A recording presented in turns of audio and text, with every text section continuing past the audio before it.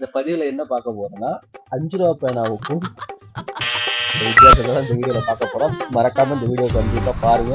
பார்த்துட்டு உங்க பிடிச்சதை கமெண்ட் பண்ணுங்க. ஓகே, இந்த பேனாவின் விலை வெறும் 5 ரூபாய் மட்டுமே. ஆனால் இந்த பேனாவின் விலை ரூபாய் 90 கோடி. எவ்வளவு?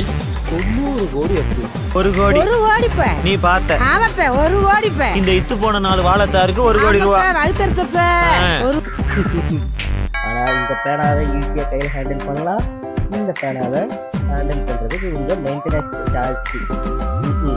ஆனால் இந்த பேனா நல்லா எழுதுது. பட் இந்த பேனா எழுதுமான்னு கேட்டால் எழுதாது. கேள்விக்குறி. 5 ரூபா கொடுத்து வாங்கின பேனா நல்லா எழுதுது. 90 கொடுத்து வாங்கின பேனா எழுத மாட்டேங்குது. அப்புறம் எதுக்கு இந்த 90 கோடி பேனா?